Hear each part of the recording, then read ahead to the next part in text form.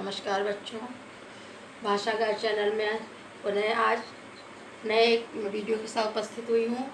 आज का हमारा शीर्षक है शब्द रचना प्रक्रिया। देखिए, वीडियो नंबर 6 में आपको हमने शब्दों के बारे में बताया। शब्द क्या कहते हैं, किसे कहते हैं, वर्णों के मेल से शब्द बनते हैं और शब्दों के भेद पढ़ा है, उपभेद पढ़ा है। इनकी जानकारी आप जो वीडियो नंबर 6 में आप देखिएगा। आज हम पढ़ाएंगे नए नए शब्द किन किन प्रकार से बनाए जाते हैं। तो नए नए शब्द बनाने की प्रक्रिया को हम कहते हैं शब्द रचना प्रक्रिया।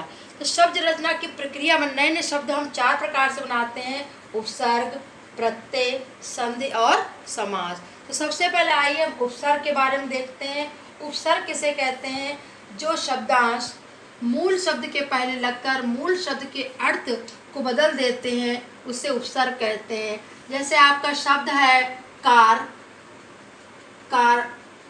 आप जानते हैं 4 व्हीलर, उसके पहले हमने लगा दिया उप, है ना, तो क्या हो गया? उपकार भलाई हो गया। तो मूल देखिए, मूल शब्द के अर्थ में परिवर्तन हो गया है, तो इसको हम क्या कहते हैं? उपसर्ग। तो हिंदी भाषा में जो है उपसर्ग हमारे 5 प्रकार के प्रचलित है। 5 प्रकार के उपसर्गों का हिंदी में प्रयोग करते हैं।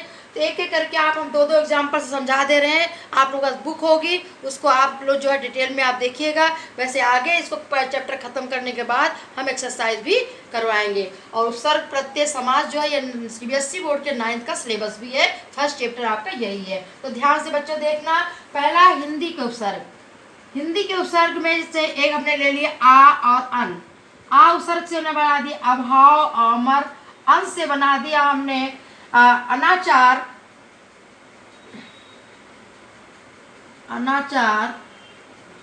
और अनभिज्ञ, ये ना। इसी प्रकार दूसरा है संस्कृत के उपसर्ग। संस्कृत के 2 उपसर्ग हमने ले लिए अति और अनु। अति से बना दिया अत्याचार और अत्यंत, और अनु से बना दिया अनुसार और अनुचर। देखिए, इसमें तो सीधे सीधे आसार में अन जोड़ दिया, चर में अन जोड़ दिया, लेकिन इसमें अति प्लस आचार, अति प्लस अंत, ठीक है ना। तो इसमें जो है यण संधि का नियम भी लागू हुआ है, वो संधि वाले चैप्टर में हम आपको पढ़ाएंगे। अब है तीसरा अंग्रेजी के उपसर्ग। जैसे 2 शब्द ले लिए अंग्रेजी के हमने उपसर्ग के, सब और चीफ। सब से सब जज और सब इंस्पेक्टर बना दिया। चीफ से चीफ कमिश्नर और चीफ मिनिस्टर बना दिया। इसी प्रकार से अब अगला है अरबी फारसी के उपसर्ग। बे और बद शब्द उपसर्ग ले लिया। बे से बेनाम, बेदखल, और बद से बदनाम, बद। बहुत शब्द होते हैं।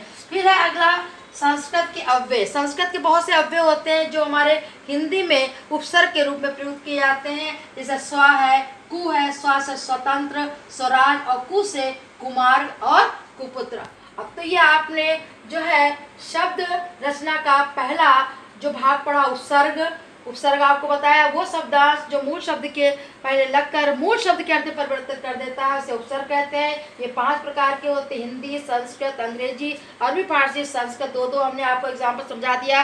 बाकी आप एक्सरसाइज देखिएगा, कोई प्रॉब्लम हो तो कमेंट्स बॉक्स में लिखिएगा। देखिए, ये सीखना बहुत जरूरी, क्योंकि शब्द रचना वो प्रक्रिया है जो हमारी भाषा में सरसता लाती है, उसको सौष्ठव बनाती है, उसको मतलब सुंदरता प्रदान करती है। इसलिए शब्द रचना सीखना अत्यंत आवश्यक है। तो आगे हम देखते हैं प्रत्यय।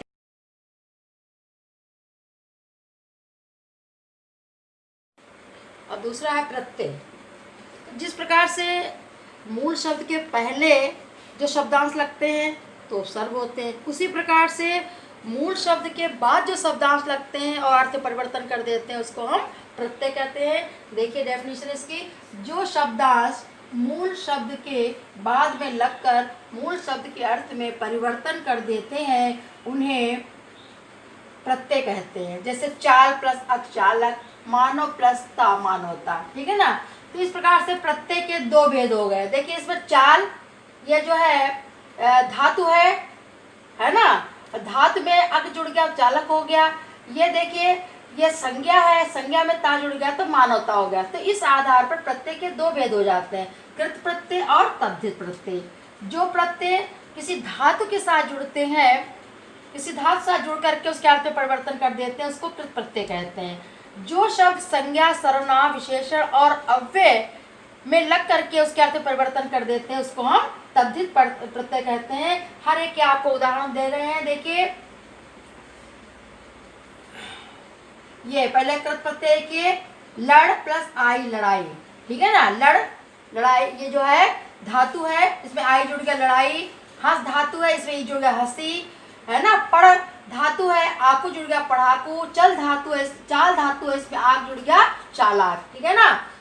अब दूसरा है तद्धित, जो संज्ञा सर्वनाम विशेषण अव्यय के साथ जुड़ते हैं। तो एक एक उदाहरण आपको बता रहे हैं। जैसे सोना, देखिए सोना आपका संज्ञा है, इसके साथ आठ जुड़ गया तो सुनार हो गया। अपना सर्वनाम है, इसमें पन जुड़ गया तो अपनापन हो गया। बुरा विशेषण है, इसमें ई जुड़ गया तो बुराई है। स्व अव्यय है, इसमें ता जुड़ गया तो स्वतः है।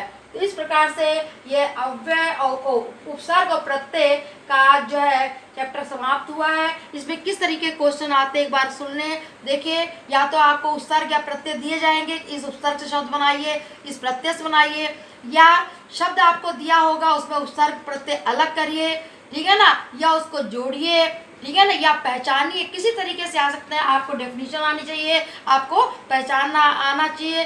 तो बच्चे आज का विषय यहीं ख़त्म करते हैं और कल एक नए विषय के साथ मतलब संधि हम आपको समझाएंगे। हमारी वीडियो जरूर देखिएगा और कमेंट्स करिए, लाइक करना मत भूलिए, ठीक है ना। तो कल मिलते हैं अगले वीडियो के साथ में। नमस्कार।